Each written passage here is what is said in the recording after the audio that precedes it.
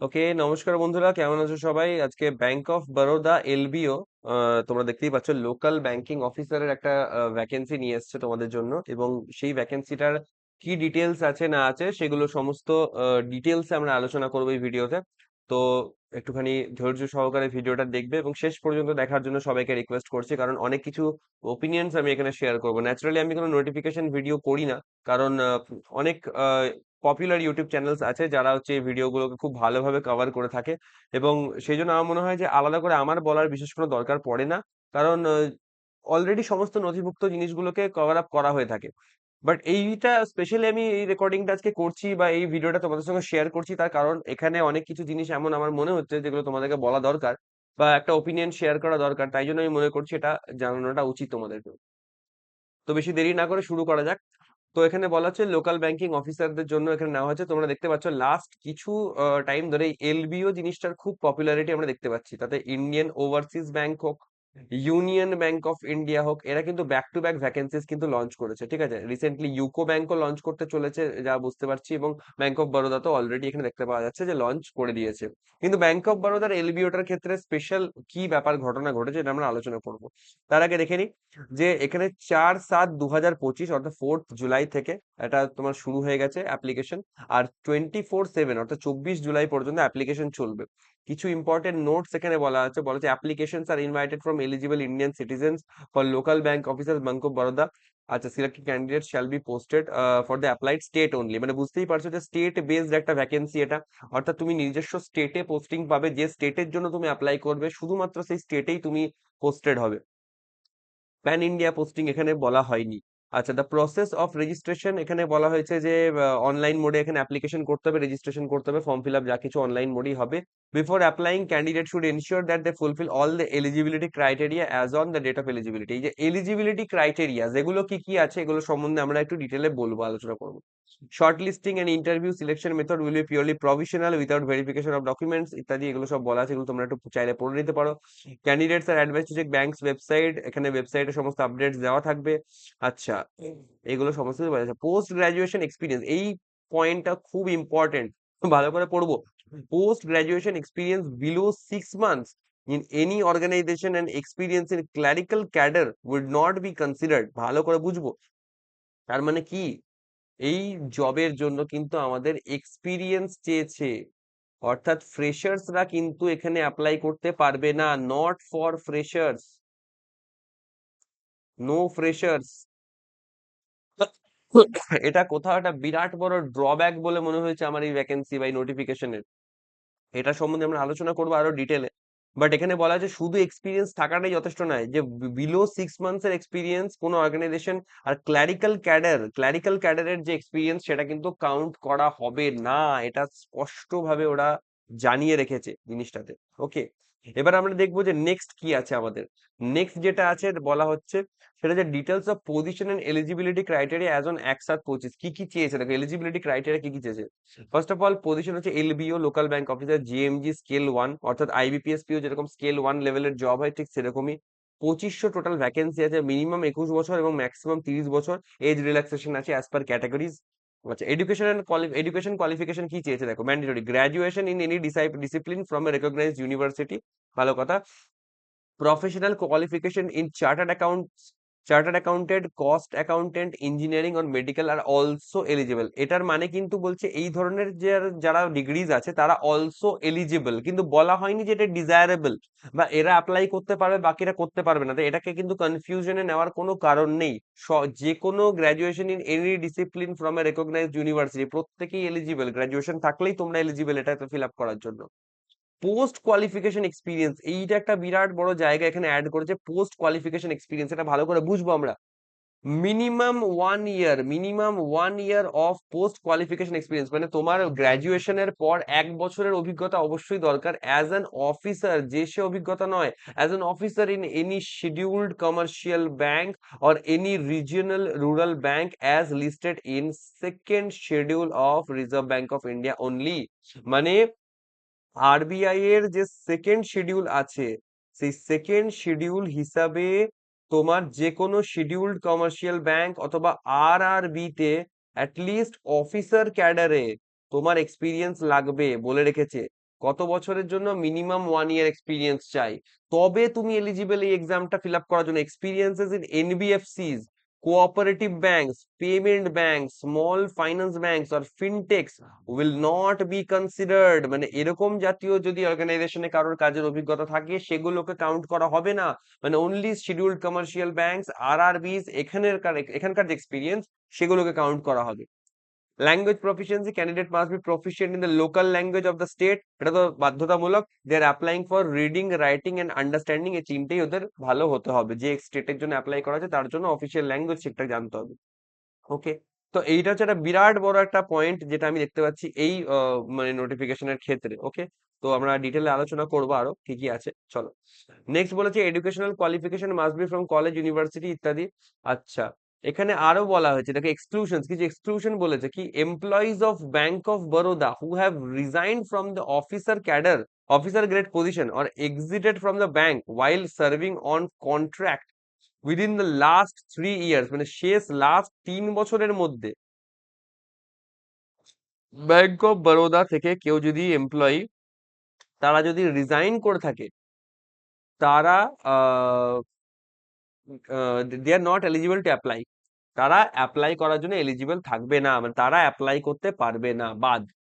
Employees working in Bank of Baroda in officer cadre or employees engaged on contract basis will not be eligible to apply। মানে bank of বরোদাতে যারা already officer cadre, মানে IBPS পিও দিয়ে যারা হয়তো bank of বরোদাতে কাজ করছে already, তারা, কিংবা তোমার হচ্ছে কন্ট্রাক্ট বেসিসে যারা কাজ করছে, তারা তারা হচ্ছে নট এলিজিবল টু অ্যাপ্লাই, তারা এলিজিবল হবে না, অ্যাপ্লাই করতে পারবে না। Prior experience will not be considered for any service seniority. ঠিক আছে, মানে আগের তোমার যে এক্সপিরিয়েন্সটা আছে সেটা কোনো সার্ভিস সিনিয়রিটিতেও তোমাকে বেনিফিট দেবে না। তুমি একজন ফ্রেশ ক্যান্ডিডেট হিসেবে জয়েন করছো উইদাউট বিং এ ফ্রেশার। ওকে, তুমি একজন ফ্রেশ ক্যান্ডিডেট, একজন ফ্রেশার হিসেবে তুমি এমপ্লয়মেন্ট পাচ্ছ উইদাউট বিং এ ফ্রেশার, কারণ তোমার এক্সপিরিয়েন্স লাগছে, তারপরে তোমাকে জয়েন করতে হচ্ছে।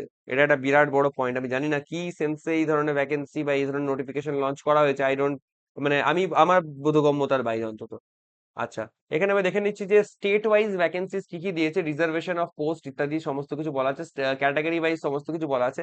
আমরা যেহেতু স্পেশালি পুরো বেঙ্গলি কন্টেন্টকে আমরা জোর দিচ্ছি, তাই আমরা ওয়েস্ট বেঙ্গলের ওপরই ফোকাস করবো, কারণ ম্যাক্সিমাম অডিয়েন্স যারা আছে ওয়েস্ট বেঙ্গল থেকেই এখানে দেখছো ভিডিওটাতে। ওয়েস্ট বেঙ্গলে দেখো লোকাল ল্যাঙ্গুয়েজ যেটা আমার দরকার সেটা বেঙ্গলি অবশ্যই।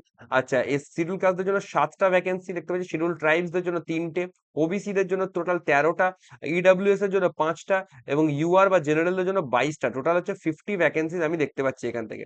এছাড়াও তোমার হচ্ছে বাকি আরো কিছু ক্যাটাগরি যেখানে দেওয়া আছে, ঠিক আছে, এগুলো তোমরা দেখে নিতে পারো। তো এটা হচ্ছে ওয়েস্ট বেঙ্গলের সিনারিও আপাতত পর্যন্ত যেটা আমরা দেখতে পাচ্ছি। রিল্যাক্সেশনের বাকি যা গল্প, প্রত্যেকটা পেপার এক্সামে যেমন থাকে সেরকমই শিডিউল কাস্টদের জন্য 5 বছরের জন্য, শিডিউল ট্রাইবসদের জন্য 5 বছর, ওবিসি দের জন্য তোমার 3 বছরের রিল্যাক্সেশন দেওয়া আছে। পার্সন উইথ ডিসএবিলিটি জেনারেল বা ইডব্লিউএস এর ক্ষেত্রে 10 বছর, ওবিসি 13 বছর, এসসি এসটি 15 বছরের দেওয়া আছে। তো ইত্যাদি সমস্ত কিছু দেওয়া আছে, এগুলো তোমরা দেখে নিতে পারো, ঠিক আছে। ওকে, আচ্ছা, এই যে এইটা হচ্ছে সব থেকে বড় পয়েন্ট, যেটা এখানে ডিটেল আরো বলেছে, minimum 1 year of experience post mandatory educational qualification as an officer in any scheduled commercial bank or any regional rural bank listed in second schedule of reserve bank of India, এইগুলো যেগুলো বলেছে। তো পরিষ্কার কথা বলে রেখেছে যে 1 ইয়ারের আমাকে এক্সপিরিয়েন্স দিতে হবে, তবে করে আমি এখানে কাজ করতে পারবো, মানে অ্যাপ্লাই করতে পারবো, সরি। তাও কোথায়, কোনো শিডিউলড কমার্শিয়াল ব্যাংক অথবা আরআরবি তে যদি কারোর অফিসার ক্যাডারে, not to forget, officer cadre আমাকে হতে হবে, তবে করে গিয়ে I am eligible to apply only. Okay, খুব ভালো, well done bank of Baroda. Application fees দেখে নেবো, ₹850 for EWS and OBC candidates and general candidates. 175 টাকা লাগছে SC ST PWD ex serviceman and women's দের জন্য, ঠিক আছে। এটা হচ্ছে দেওয়া আছে এখান থেকে। ওকে, লোকেশন অফ পোস্টিং দেখো কি বলছে, the selected candidate will posted within the state for which they apply for the first 12 years, প্রথম 12 বছরের জন্য তোমাকে ওই স্টেটে রাখা হবে। They service up to their promotion to SMGS 4 grade whichever is earlier. Okay, অর্থাৎ তারা স্কেল 4 অব্দি, অথবা 12 বছর অব্দি, যেটা আগে হবে মানে তার যদি 12 বছরের সার্ভিস আগে হয়ে যায় তাহলে সেই টাইমটা পর্যন্ত সে ওই ক্যাডারে থাকলো, অথবা স্কেল 4 অব্দি সে যদি হয়ে যায় তাহলে আপ টু স্কেল 4 পর্যন্ত সে ওই তোমার স্টেটের মধ্যে থাকতে পারলো। মানে স্কেল 4 থেকে এগিয়ে যদি সে যখনই স্কেল 5 হয়ে যাবে তখন কিন্তু ওই স্টেটের মধ্যে সে আর থাকতে পারবে না, তাকে হয়তো ট্রান্সফার করে দেওয়া হবে আউটার স্টেটে। ঠিক আছে, অথবা 12 বছর যদি হয়ে যায়, 12 বছরের পরও সে কিন্তু থাকতে পারবে না। ওকে, এটা এখানে আপাতত বলা হয়েছে।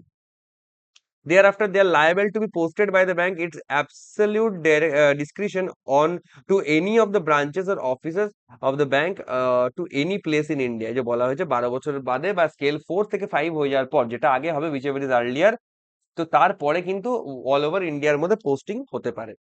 স্কেল অফ পে একদম জিএমজি স্কেল 1, অর্থাৎ পিও লেভেলের জব স্কেল 1 মানে পোস্টিং যেরকম হয়ে থাকে বা তাদের যে পে স্কেল যেরকম হয়ে থাকে সেই পে স্কেলই তোমার হচ্ছে এখানে মেনশন করা হচ্ছে, এটাই থাকছে। আচ্ছা, ক্রেডিট হিস্ট্রি, এইটাও একটা বিরাট বড় জিনিস ঢুকিয়ে দিয়েছে এখান থেকে। আচ্ছা, candidate applying for the above position shall ensure that they maintain a healthy credit history and shall have a minimum CIBIL score of 680, 680 or above at the time of joining. Minimum credit score will be as per the bank policy ইত্যাদি। Candidates with record of default in repayment of loans or credit card dues or against whose name adverse report of civil other external agencies ইত্যাদি, the bank reserves the right to disqualify the candidates with unsatisfactory credit profile। মানে credit profile তোমার ভালো হতে হবে, credit history, credit history তোমার ঠিক হতে হবে, সিভিল স্কোর যেটা বলা হয়েছে সিভিল স্কোর তোমার হতে হবে greater than or equal to 680, 680 বা তার বেশি তোমার হতে হবে। এবং ব্যাংক চাইলে পরে তোমার ক্রেডিট স্কোর যদি স্যাটিসফ্যাক্টরি না থাকে তোমাকে ডিসকোয়ালিফাইও করতে পারে ক্যান্ডিডেটের থেকে। ওকে, চলো, এটাতে বলা হয়েছে will be on probation for a period of 12 months, 1 বছরের প্রোবেশন থাকবে, আর এফেক্টিভ সার্ভিস জয়নিং ব্যাংক। আচ্ছা, সার্ভিস বন্ড এখানে ইন্ট্রোডিউস করা হয়েছে, বন্ডের কথাও বলা হয়েছে। Serve A minimum period of 3 years in the bank, মানে 3 বছরের জন্য তোমাকে বন্ড, 3 ইয়ার্স বন্ড তোমাকে এখানে সার্ভ করতে হচ্ছে। Or to pay the bank an amount of rupees 5 lakh, or এখানে 5 লাখ টাকা তোমাকে পে করতে হচ্ছে, 5 lakhs। It's very difficult, it's very difficult, 5 lakhs এখানে তোমাকে পে করতে হচ্ছে, plus applicable taxes government rules if he or she leave the bank before the 3 years completion of the services. মানে 3 বছরের বন্ড তোমাকে দেওয়া হয়েছে, 3 ইয়ার্স বন্ড, এর আগে তুমি যদি ব্যাংক ছেড়ে দাও তাহলে 5 লাখ টাকা তোমাকে এখানে ব্যাংককে সার্ভিস বন্ডের বাবদ পে করতে হবে। Wow, well done. আচ্ছা, ক্যালকুলেশন অফ পার্সেন্টেজ, আচ্ছা তোমাদের যে মানে মার্কস যেগুলো থাকে ইউনিভার্সিটির, সেখানে অনেক সময় গ্রেড পয়েন্ট দেওয়া থাকে, তো সেখান থেকে পার্সেন্টেজ কি করে কনভার্ট করতে হবে সেটা এখানে রুল বলেছে। এটা যদি ইউনিভার্সিটি বা বোর্ড থেকে যদি কিছু দেওয়া থাকে, unless mention by the university বা বোর্ড, মানে ইউনিভার্সিটি তোমাকে যদি মানে সিজিপিএ থেকে যদি পার্সেন্টেজের কনভার্সন যদি বলে থাকে তাহলে ঠিক আছে, অথবা বলা হয়েছে কি আচ্ছা, আচ্ছা, এটা কি করা হবে, by dividing the total marks obtain by the candidate in all the subjects all semesters or years by aggregate maximum marks. Total marks কে, টোটাল যে ম্যাক্সিমাম মার্কস, অর্থাৎ ধরো টোটাল 100 মার্কসের পরীক্ষা হয়েছে, তো এরকম 100 মার্কসে দেখা যাচ্ছে টোটাল 7টা পেপার আছে, তাহলে টোটাল পেপার কত হলো, টোটাল হলো 700 মার্কস। আর কেউ হয়তো পেয়েছে তো 650 পেয়েছে, অবটেন স্কোর 650, তো 650 ডিভাইড বাই 700 করতে হবে with respective to honours optional ইত্যাদি, অ্যান্ড মাল্টিপ্লাই বাই 100। এটা হচ্ছে নর্মাল পার্সেন্টেজ, আমরা যেরকম বার করি সেইভাবে। This will be applicable for those universities also where class or grade is decided on the basis of honours marks only ইত্যাদি। Fraction percentage so added will be ignored. 59.99% will be treated as less than 60% and 54.99% will be treated as less than 55%। মানে এমন নয় যে 59.99%টাকে আমরা convert করে 60% বানিয়ে নিতে পারবো, no, this is not applicable here. ওটাকে 59% এরকম অ্যারাউন্ডেই ধরা হবে, লেস দেন 60% হিসাবে ওটা কিন্তু ধরা হবে। ঠিক আছে, ওকে, এত সব অনেক রকম নিয়ম কানুন এখানে মেনশন করা হচ্ছে, যেগুলো থাকে প্রত্যেকটা এতেই মেনশন থাকে, তো দেখে নেবো আদার্স কি কি আছে। আচ্ছা, এবার চলে আসি এক্সাম প্যাটার্ন। এক্সাম প্যাটার্ন কি বলছে, আচ্ছা তোমাদের থাকবে হচ্ছে একটাই ফেজ, দেখছি এটা ইংলিশ ল্যাঙ্গুয়েজ থাকছে। 30 কোয়েশ্চেন 30 মার্কস, মানে বোঝা যাচ্ছে +1 করে একটা ক্রেডিট থাকছে। 30 মিনিটস এর পেপার হবে। আচ্ছা, ব্যাংকিং নলেজের জন্য তোমার 30 মার্কস এর কোশ্চেন থাকছে 30টা, এটাও 30 মিনিটস এর পেপার থাকছে। জেনারেল অ্যান্ড ইকোনমিক অ্যাওয়ারনেস, মানে তোমার হচ্ছে ফাইন্যান্সিয়াল অ্যাওয়ারনেস থাকবে এখান থেকে, কারেন্ট অ্যাফেয়ার্স থাকবে, তো 30 মার্কস এর এখানেও থাকছে 30 মিনিটস এর পেপার। Okay, well and good. Reasoning ability, quantitative aptitude, মানে কোয়ান্টস আর রিজনিং মিলিয়ে 30 মার্কস থাকছে, দুটো সেপারেট পেপার না, মিলিয়ে 30 মার্কস থাকছে, এবং 30 মিনিটস এর এখানেও টাইমিং দেওয়া যায়। টোটাল 120 মার্কসের জন্য 120 মিনিটস টাইম। ওকে, সেকশন আর টেস্ট এক্সপেক্ট, আচ্ছা ইংলিশ ল্যাঙ্গুয়েজ ছাড়া বাকি সবই ইংলিশ আর হিন্দিতে অ্যাভেলেবেল থাকবে। আচ্ছা, there will be separate timing for every section, মানে সেকশনাল টাইমিং হিসেবে ভাগ করা থাকবে। ওকে, তো বোঝা যাচ্ছে ইংলিশ ব্যাংকিং নলেজের উপর একটা ডেডিকেটেড আলাদা পেপার রেখেছে, এবং জেনারেল এন্ড ইকোনমিক অ্যাওয়ারনেস এর উপর পেপার রেখেছে। যেমন হয় রিজনিং আর কোয়ান্টস এর উপর একটুখানি ওয়েটেজটা কমিয়ে দেওয়া হয়েছে। ওকে, মানে নর্মাল পেপার থেকে আমরা কম দেখছি। ওকে, বাকি এগুলো তো তোমরা জানোই যে এখানে মিনিমাম কোয়ালিফাইং মার্কস একটা বলা হয়েছে। 40% ফর জেনারেল, মানে জেনারেল ক্যাটাগরি যারা আছে তাদেরকে মিনিমাম টোটাল মার্কস এর 40% এটা কোয়ালিফাই করতে হবে, মানে পেতেই হবে। মিনিমাম কোয়ালিফাইং মার্কস যেটা হচ্ছে মিনিমাম, এটা পেতেই হবে। আচ্ছা, for general EWS category, general plus EWS both এটা। আচ্ছা, and 35% for the reserve category, মানে রিজার্ভ যে কোনো ক্যাটাগরি, মানে ওবিসি এসসি এসটি হয়ে গেল, রিজার্ভদের জন্য মিনিমাম 35% এখানে রাখা হয়েছে আপাতত। ওকে, দ্যাটস গুড। দেখা যাক আর কি কি পয়েন্টস আছে। আচ্ছা, এখানে বলছে part of the selection process candidate will be required undergo psychometric assessment. Psychometric test এখানে একটা বলা হয়েছে, যে একটা সাইকোমেট্রিক টেস্টের কথাও এখানে মেনশনড হয়েছে, এটাও একটা আছে এখানে। চলো, সাইকোমেট্রিক টেস্ট বলা হয়েছে, কি বলেছে?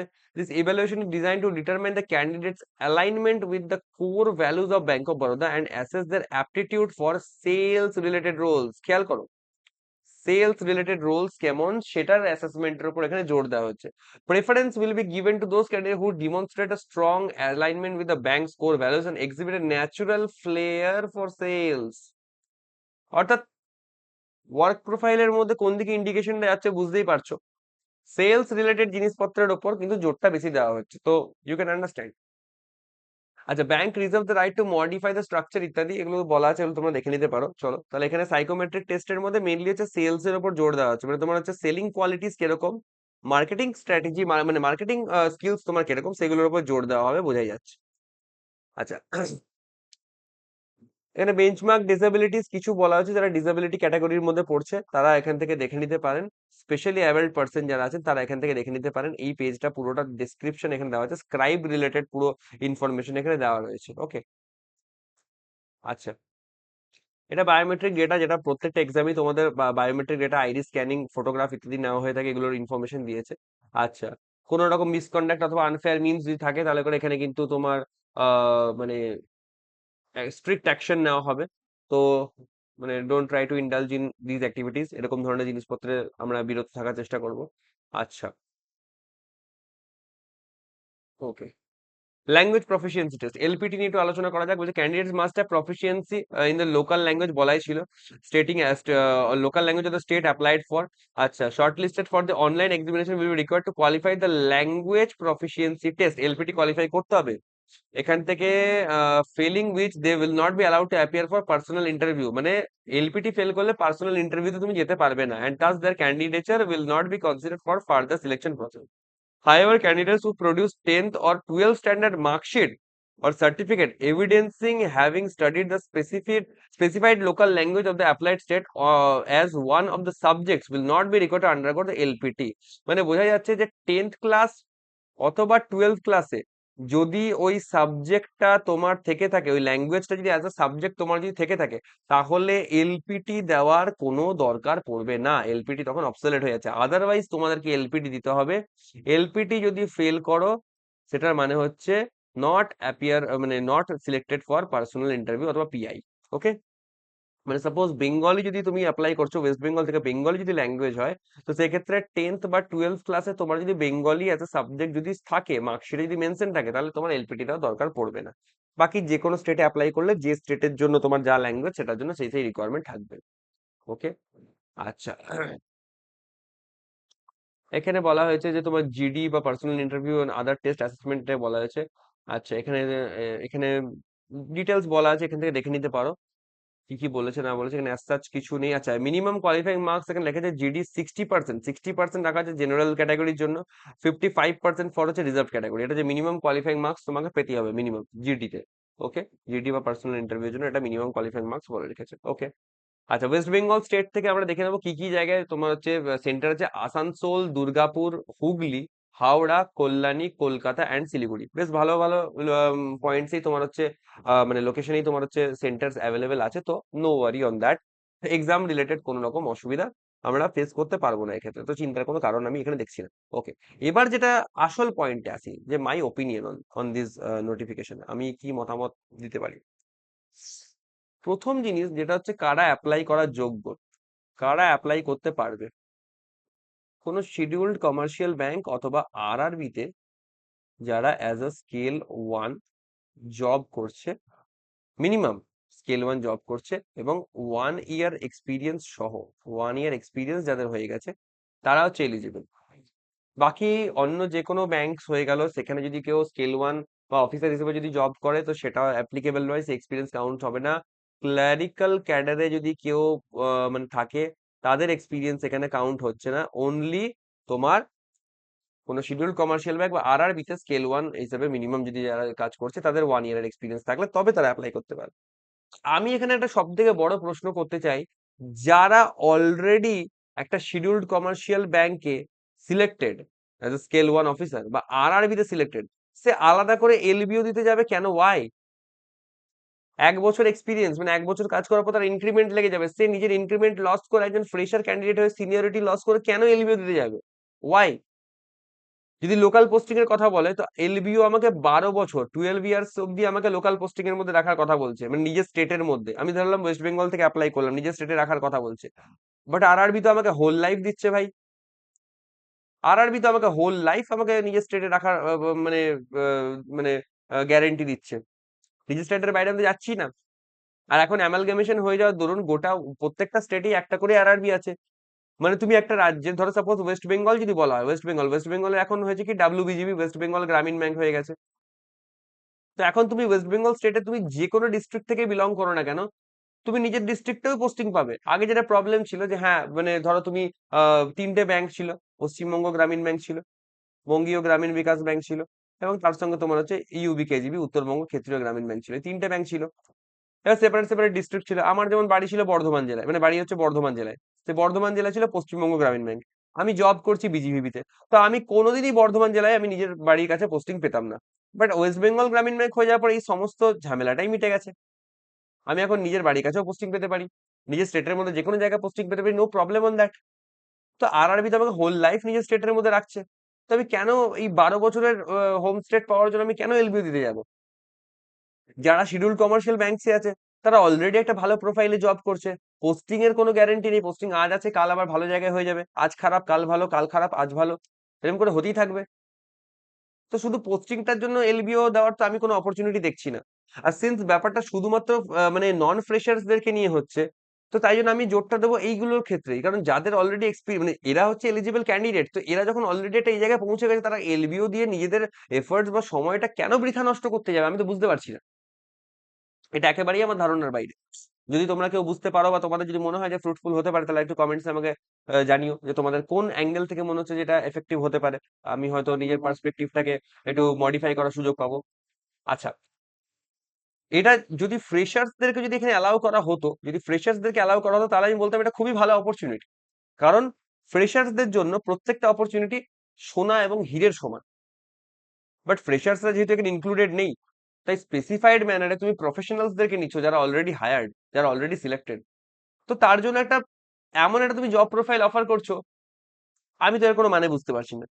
একদম ফ্রেশার লেভেলের জব, নর্মাল জব, যে already 1 year experience and increment নিয়ে বসেছে, সে কেন লস লস করে এখানে আসতে যাবে, আমি তো বুঝতে পারছি না। আর ব্যাংক অফ বরোদা বটে, ব্যাংক অফ বরোদা বটে, কোনো এসবিআই আরবিআই তো নয় যে বিশাল বড় কিছু একটা, মানে সাচ এ বিগ ডিল। এটা তো আমি অন্তত বলতে পারছি না। কনসিস্টেন্টলি সেলস ওয়ার্ডটার উপর খুব বেশি প্রেশারাইজ করা হয়েছে, জোর দেওয়া হয়েছে, তাহলে বোঝাই যাচ্ছে যে কি ধরনের কাজ এক্সপেক্টেড এই এলবিওস দের কাছ থেকে। ম্যাক্সিমামটাই third party products and cross selling এর উপর দিয়ে হতে চলেছে, এটাই বোঝা যাচ্ছে। ব্যাংকিং ওয়ার্কস কতটা হতে চলেছে বা ব্যাংকিং জিনিসটা কতটা হতে চলেছে, আই রিয়েলি ডাউট। বা হয়তো স্কিল সেটের দিক দিয়ে দেখতে গেলে হয়তো ওই সেলস এর স্কিল যেটা সেটা কি হয়তো বেশি করে ফোকাস করা হবে, এটাও আমার মনে হচ্ছে। আমি জানি না, আমি জানি না এই ব্যাপারে, আমি সত্যি অনভিজ্ঞ। কিন্তু সব থেকে বড় জিনিস, যেটা কোন রকম সিনিয়রিটিও দেওয়া হবে না। যে ঠিক আছে চলো তুমি 1 ইয়ার এক্সপিরিয়েন্স সহ যখন নিচ্ছ, তখন কোন একটা সিনিয়রিটি বেনিফিট দাও, বাট সিনিয়রিটি বেনিফিটও দেওয়া হবে না। তো প্র্যাকটিক্যালি প্র্যাকটিক্যালি তুমি একটা ফ্রেশার কি হায়ার করছো, যে কিনা নন ফ্রেশার। তুমি একটা নন ফ্রেশার হয়েও তুমি একটা ফ্রেশার লেভেল জবে সুইচ করতে চাইছো।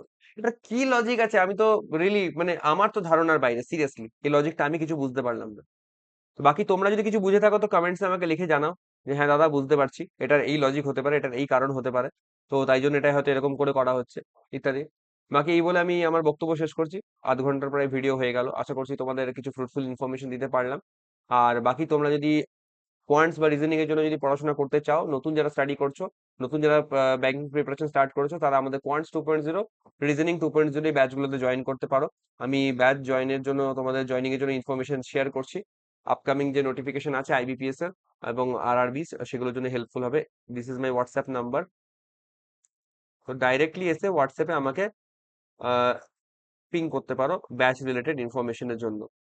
ওকে, কল করলেও করতে পারো, ইটস ওকে, কিন্তু কলে রেসপন্স কতটা দিতে পারবো সেটা আমি কিন্তু গ্যারেন্টি দিতে পারছি না, বাট হোয়াটসঅ্যাপ করলে নিশ্চয়ই সাড়া পাবে। তো ফ্রেশার্সদের জন্য আমি ব্যাচ রেখেছি, আমার কাছে সব রকম ব্যবস্থা আছে। ব্যাংক অফ বরোদার মতন আমি এক চোখামো করবো না। ফ্রেশারদের জন্য 2.0 ব্যাচ আছে। আর যারা অলরেডি রিপিটার্স বা অলরেডি যারা হচ্ছে প্র্যাকটিসে আছো, যাদের ফাউন্ডেশন পার্ট ভালো করে কমপ্লিট হয়ে গেছে, তাদের জন্য 1.0 ব্যাচ আছে, যেখানে আমরা এখন কোর প্র্যাকটিসেস জায়গাগুলোকে মানে কোর প্র্যাকটিসেস এর উপর আমরা জোর দিয়েছি। ওকে, প্রিলিমস এবং মেন্স বোথ কম্বাইন্ড ম্যানারে আমরা প্র্যাকটিস করে চলেছি এই মুহূর্তে। ওকে, তোমরা যদি কেউ ইন্টারেস্টেড থাকো হোয়াটসঅ্যাপে ডাইরেক্টলি আমার সঙ্গে কানেক্ট করতে পারো। এছাড়াও টেলিগ্রাম গ্রুপের লিঙ্ক আমাদের প্রত্যেকটা ভিডিও ডেসক্রিপশনে দেওয়া আছে, সেখান থেকে আমাদের টেলিগ্রাম গ্রুপেও তোমরা চাইলে জয়েন করতে পারো। ওকে, তো এই বলে শেষ করছি আজকের কথাবার্তা। Best of luck to everyone, সকলে ভালো করে পড়াশোনা করো, অল দ্য ভেরি বেস্ট।